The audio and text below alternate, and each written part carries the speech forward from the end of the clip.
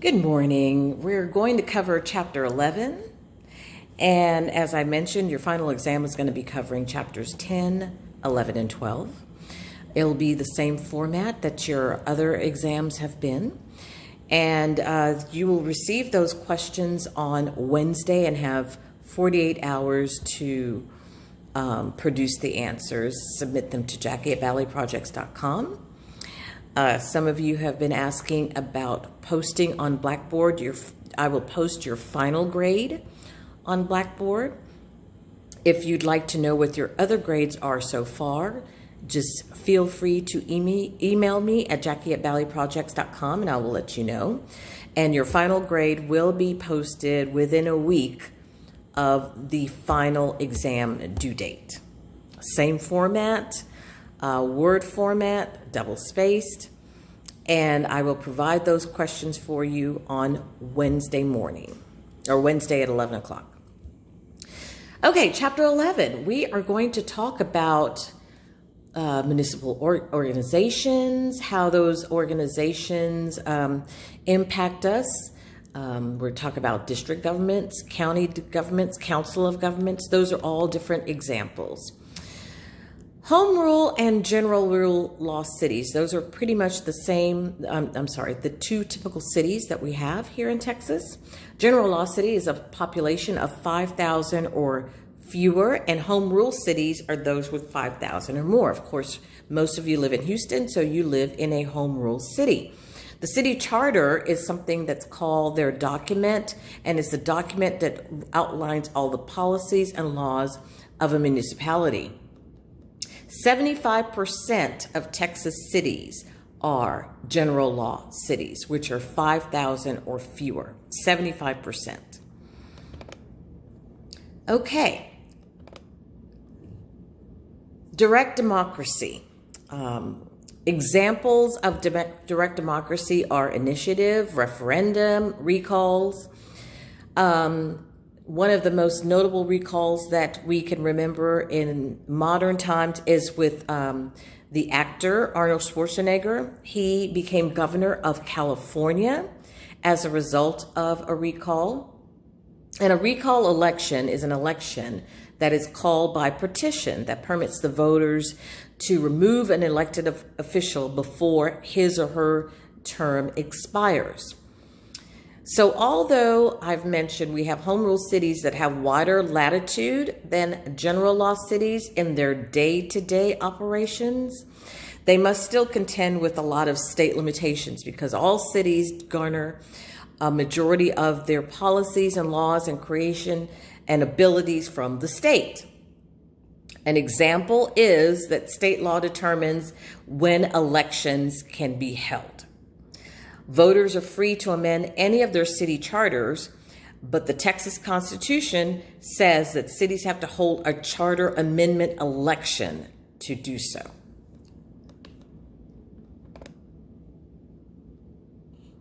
In your textbook, it tells you how many governments we actually have. It is table 11.2. Please look at that and be familiar with that. And then now we're going to go into the different types of cities. You have a council manager form of government. And that is when an elected city council will make laws and they'll hire a professional administrator, usually called a city manager, sometimes called a city administrator. And that person is responsible for executing both the council policies and managing the day-to-day operations of the city. So that's either called a city manager or a city administrator. And the forms of city council that have those are the council manager form of government. You also have, and cities that have this type of government that we know around the Houston area, Sugar Land. I was part of a council manager form of government.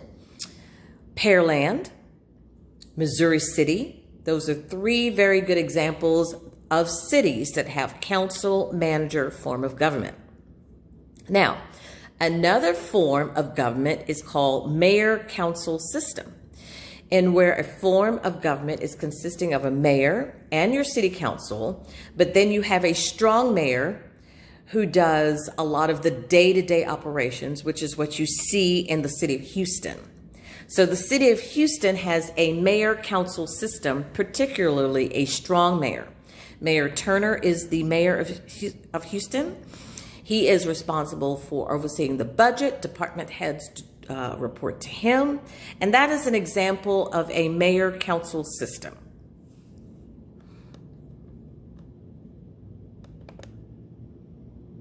In figure 11.1 of your textbook, it shows you that how a council manager form of government, who reports to whom. In a council manager form of government, it's used in a lot, if not most, of Texas cities. In this form, the voters will elect the city council, which then appoints a professional manager to manage the day-to-day operations.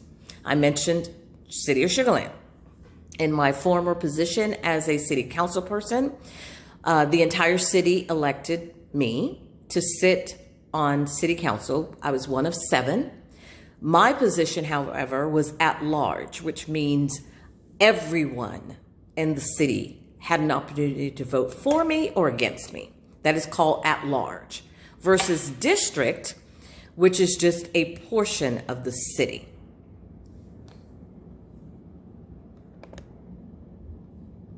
Municipal elections in Texas are supposed to be nonpartisan, and I say supposed to be for a reason.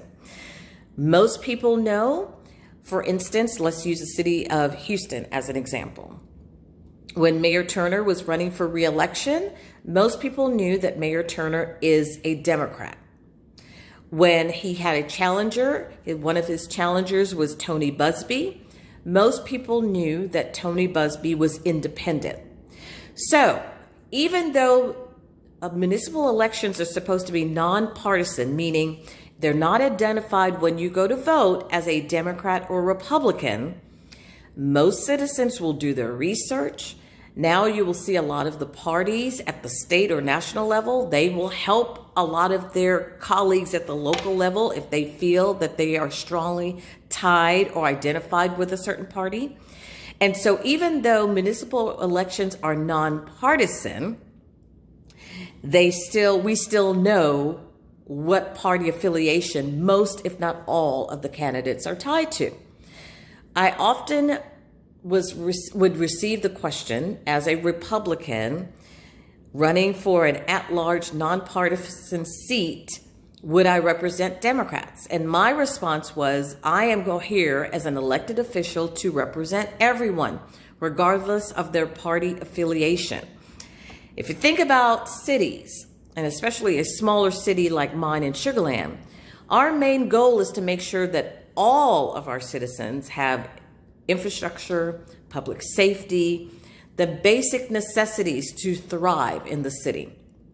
And as a council member, I never felt that a D or an R would determine if I represented you or not.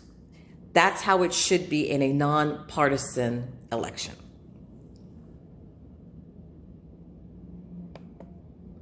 As I mentioned, cities do have at-large and district positions. At-large was what I mentioned, what I was. It represents everyone and the entire city. That means the entire city gets to vote for or against you. Districts represent segments of the city. So you do have some cities that have all at-large elections. Those are citywide elections in which all or some of the city council members are elected by voters, by the entire municipality, by everyone.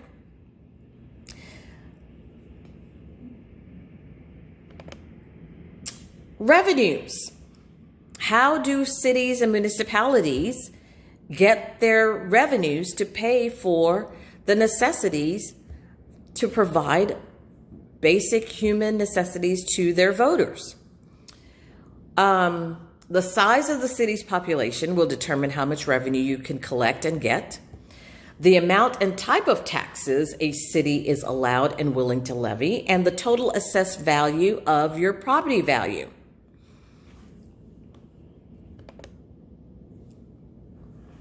You have a chart, which is 11.3, which is very good in your textbook, and it shows you the general revenue sources and general expenditure sources. It shows where Texas municipalities get their revenues and how they spend it. The largest share of city revenue is the property tax, and is followed by sales tax and various fees. The majority of municipal expenditures are protective services such as police, fire, and emergency services.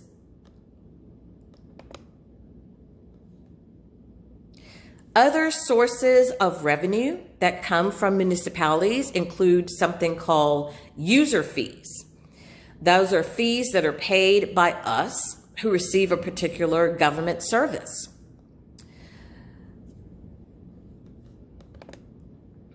Growing cities have to expand their services, ranging from sewage treatment to street building, to law enforcement, to urban planning, parks and recreation, and building convention centers. So as much as the cities are growing, we have to expand our city services for those growing cities. And not only have city populations in Texas grown in size significantly, they have also become increasingly diverse. So our needs are increasingly diverse.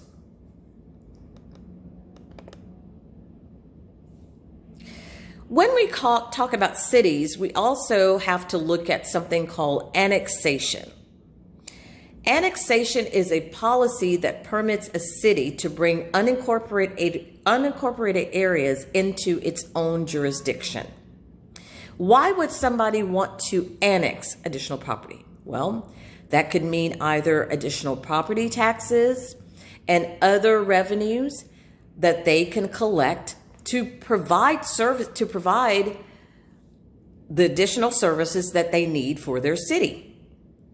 Something called ETJ, which is an extraterritorial jurisdiction. It's a buffer area that extends beyond the city limits.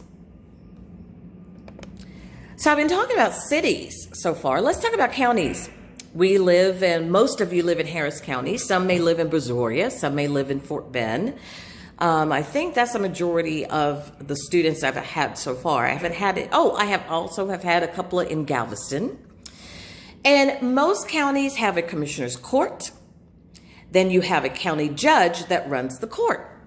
Now, a lot of people have been tricked or fooled because the name judge, they think that the person running commissioner's court is a lawyer.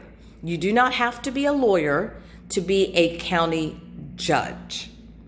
But the county judge does run the meetings and is the figurehead of the leader of the commissioner's court.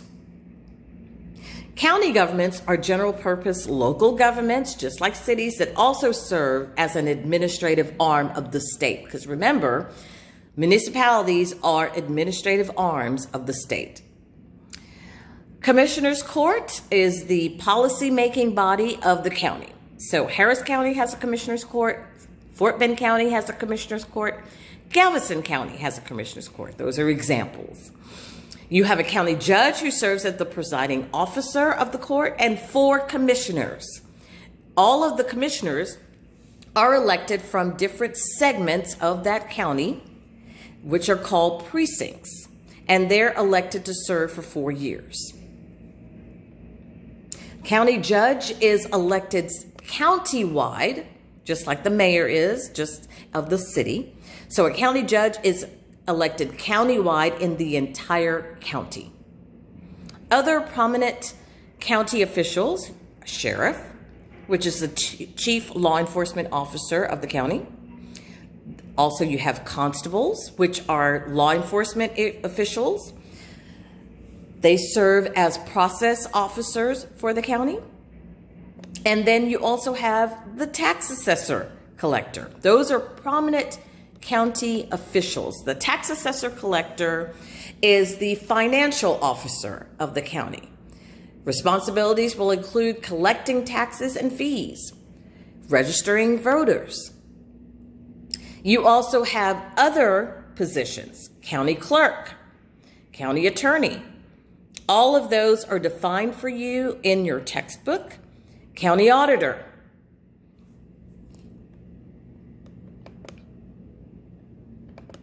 Special districts.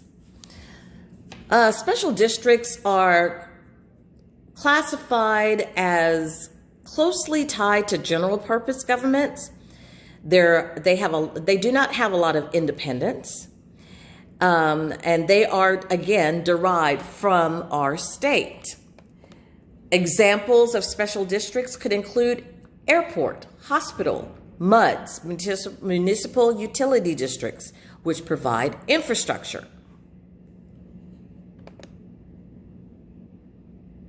With special districts, you have limited revenue. It's only a small area that needs the service. It could be an area that's outside of city or county limits. And that's why a special district has to be created to provide the services for those residents. And that is chapter 11. So again, your final exam will cover chapters 10, 11, and 12. You will receive the questions from those chapters on Wednesday. You'll have 48 hours to turn the responses back into me. And after that 48 hours, within a week, your grades will be posted. Your final grades will be posted on Blackboard. Thank you, and please stay warm. It is cold out there.